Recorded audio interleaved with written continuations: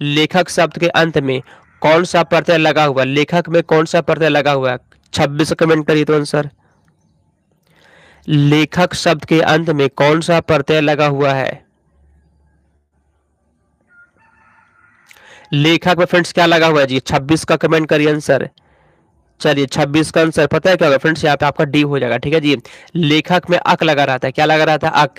ये प्रत्यय हो जाए फ्रेंड्स, ऑप्शन नंबर डी हो गया। ठीक है, इस क्लास के बाद जो है ना अभी 8 बजे से क्लास चलेगा साइंस वाला, वहां पे भी आना आप सभी को।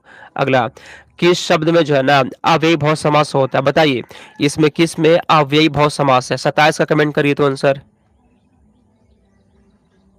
और आज आप सभी के लिए फ्रेंड 2 बजे भी क्लास होगा। ठीक है जी, 2 बजे फ्रेंड्स क्लास होगा, याद कर लीजिएगा। ठीक है, आज आप सभी के लिए आज जैसा पेपर आता है ना उसी के अनुसार फ्रेंड्स आज आप सभी के लिए 2 बजे से क्लास होगा। यस करिए जो लोग जुड़ेंगे, आज आप सभी के लिए 2 बजे से भी क्लास होगा। ठीक है, जैसा क्वेश्चन फर्स्ट सेटिंग में आएगा ना उसी के अनुसार क्लास करवाएंगे आपको। ठीक है, 2 बजे दिन में।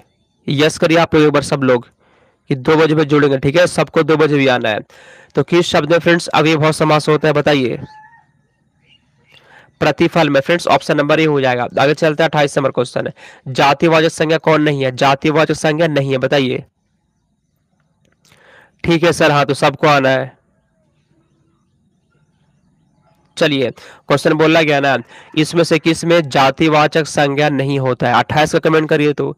जातिवाचक संज्ञा कौन नहीं है जी? तो फ्रेंड्स 28 का ऑप्शन नंबर है। ठीक है जी, सहसा, ये कोई जातिवाचक नहीं होता है। आगे चलते हैं हम लोग 29, निम्न में से अनुनासिक स्वर कौन से शब्द में नहीं है? अनुनासिक स्वर किस में नहीं है? गौ, दांत, हंस या फिर घंटा, इसमें अनुनासिक स्वर किस में नहीं है? बताइए 29 का आंसर। 29 का आंसर यहाँ पे क्या होगा? अनुनासिक स्वर कौन से शब्द में नहीं है? घंटा में फ्रेंड्स, इसमें नहीं है। ठीक है, 29 नंबर क्वेश्चन का डी हो जाएगा। आगे चलते हैं 30 नंबर क्वेश्चन। चलिए, उपयुक्त संधि का नाम बताना। ठीक है जी, चंद्रोदय में कौन सा संधि होता है? यन संधि, गुण संधि, वृद्धि संधि या फिर दीर्घ संधि? 30 का कमेंट करिए तो आंसर क्या होगा?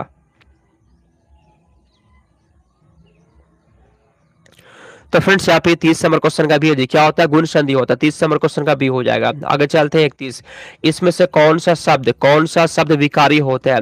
विकारी शब्द कौन सा है? बताइए 31 का आंसर। विकारी शब्द कौन सा होता है?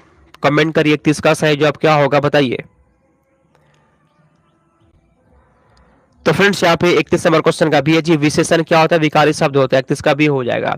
अगला क्वेश्चन, चलिए, रीतिकाल के कवि नहीं है, इसमें से कौन रीतिकाल के कवि नहीं है? कमेंट करिए। 32 का आंसर क्या होगा? चलिए थोड़ा सा जूम कर देते इसको।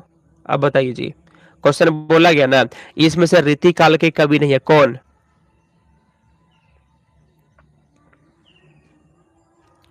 कौन रीतिकाल के कवि नहीं है?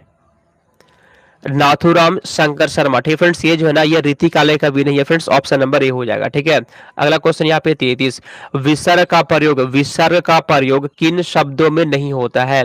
विसर्ग का प्रयोग किन शब्दों में नहीं होता है? तद्भव में, तत्सम में, शंकर में या फिर ये सभी में? विसर्ग का प्रयोग किस में नहीं होता है? बताइए। ठीक है, तो फ्रेंड्स यहाँ पे सी, संकर शब्दों में नहीं होता है, ऑप्शन नंबर सी हो जाएगा। अगला क्वेश्चन यहाँ पे 34, समग्र सक्रमक क्रिया वाला वाक्य छाटिए तो इसमें क्या होगा जी? राजू सदा सोता रहता है, सॉरी, राजू सदा रोता रहता है, हरीश बस पर चढ़ गया, कैलाश छत से गिर पड़ा, सतीश ने केले खरीदे। क्वेश्चन बोला गया ना सक्रमक क्रिया कौन सा है? चलिए देखते हैं इसका आंसर कोई बता सकता है कि नहीं, बताइए।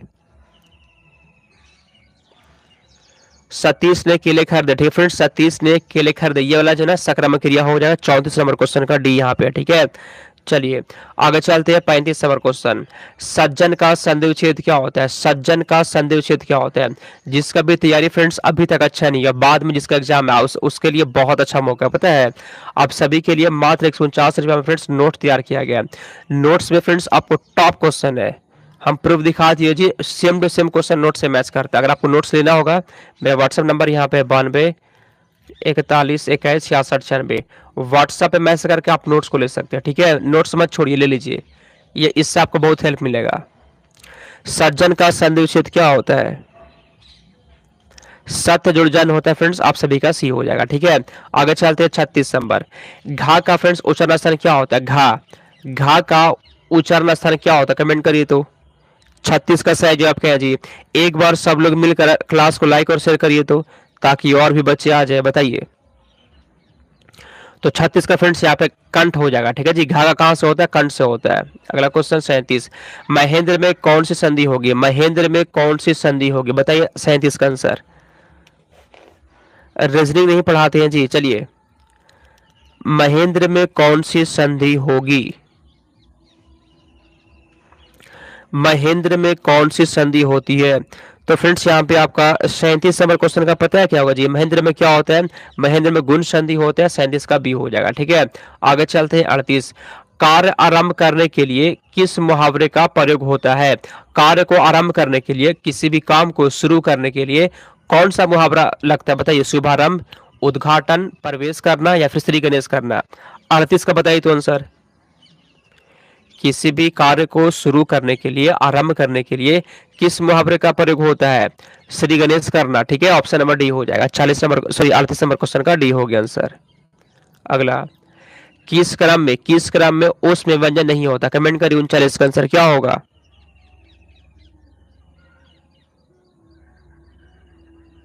चलिए, तो किस क्रम में ओस में व्यंजन नहीं है? तो फ्रेंड्स यहाँ पे 39 का पता है क्या होगा जी? या। ठीक है फ्रेंड्स, या जानिए ओस में व्यंजन नहीं होता है। बाकी ये तीनों, ये उसमें होता है, ये भी उसमें होता है और ये भी उसमें होता है। ठीक है फ्रेंड्स, देख लीजिएगा, शा, शा और शा, ये तीनों फ्रेंड्स उसमें व्यंजन होता है। ठीक है, आगे चलते हैं 40 नंबर क्वेश्चन। सार्थक खंड वाले शब्द क्या कहलाते हैं? सार्थक मतलब खंड करने पर उसका सही अर्थ निकले। तो जब खंड करने पर अर्थ निकलता है तब उसे क्या कहते हैं? बताइए 40 का आंसर क्या होगा?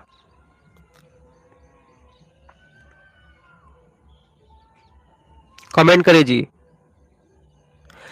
सार्थक खंड वाले शब्द क्या कहलाते हैं?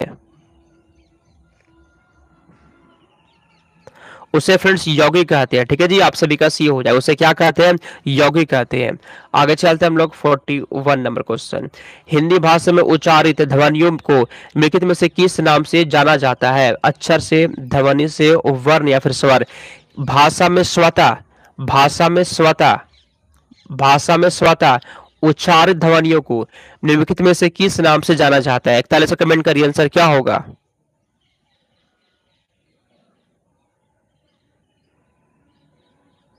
चलिए, तो फिर जो स्वतः उच्चारित होता है ना जी, उसको क्या कहते हैं? 41 कमेंट करिए। आगे चलते हैं 42 नंबर क्वेश्चन। धुंधला शब्द में किसमें, धुंधला शब्द में कौन सा प्रत्यय लगा हुआ है? तो धुंधला शब्द में कौन सा प्रत्यय रहता है? 42 का बताइए आंसर।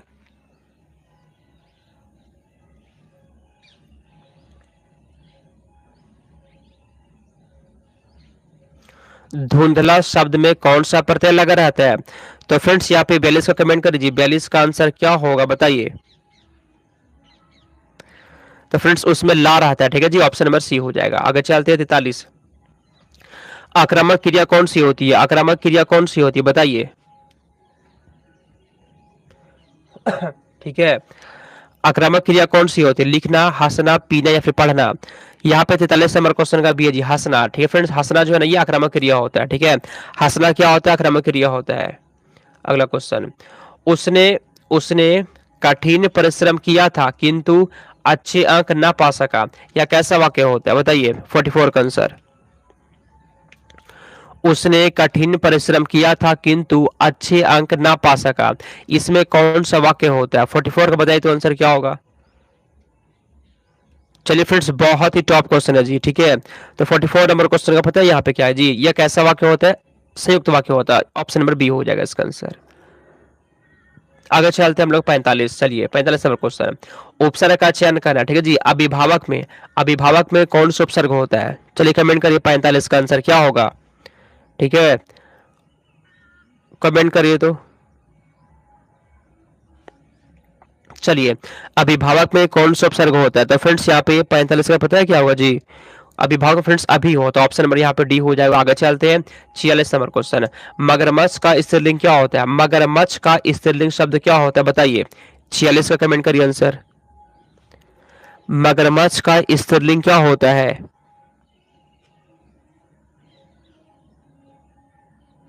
मादा मगरमच्छ ऑप्शन नंबर सी हो जाएगा। ठीक है, आगे चलते हैं 47। एक ही जाति के लघु और दीर्घ स्वरों को मिलाकर दीर्घ होना किस संधि का लक्षण होता है? ठीक है, एक ही जाति के लघु और दीर्घ स्वरों को मिलाकर दीर्घ होना किस संधि का लक्षण है? 47 का बताइए तो आंसर। ये दीर्घ संधि का लक्षण होता है फ्रेंड, बी हो जाएगा। ठीक है जी, 47 का बी हो जाएगा। आगे चलते हैं 48। दोहा और रोला को क्रम में मिलाने पर कौन सा छंद बनता है? बताइए 48 का आंसर। ये क्वेश्चन एग्जाम में आ सकता है। ठीक है, अच्छे से पढ़ लीजिएगा, बताइए। दोहा और रोला को क्रम में मिलाने पर कौन सा छंद बनता है? शहनाज खातून कुसुम कमेंट करिए तो फ्रेंड्स यहाँ पे क्या होगा आंसर? तो 48 का बी है जी। क्या बनता है? कुंडलिया बनता है, कुंडलिया ऑप्शन नंबर बी हो जाएगा। ठीक है, तो 48 का यहाँ पे बी आया था किसी का, 48 का बी हो जाएगा आंसर। आगे चलते हैं 49 नंबर क्वेश्चन। किस किस समास के दोनों शब्दों को समानाधिकरण होने पर क्रमधारय समास होता है? बताइए। 49 कमेंट करिए तो आंसर। किस समास के दोनों शब्दों के समानाधिकरण होने पर क्रमधारय समास होता है? 49 का ऑप्शन नंबर है फ्रेंड तत्पुरुष समास यहाँ पे हो जाएगा। ठीक है, आगे चलते हैं 50 नंबर। इसमें से कौन सा शब्द पुल्लिंग नहीं होता? कौन सा शब्द पुल्लिंग नहीं होता? कमेंट करिए आंसर क्या होगा। चलिए, इसमें से कौन सा शब्द पुल्लिंग नहीं होता है? 50 का आंसर क्या होगा? ये सुनिए, भाषा। ठीक फ्रेंड, भाषा जो नहीं है पुल्लिंग नहीं होता। 50 नंबर क्वेश्चन का बी हो जाएगा।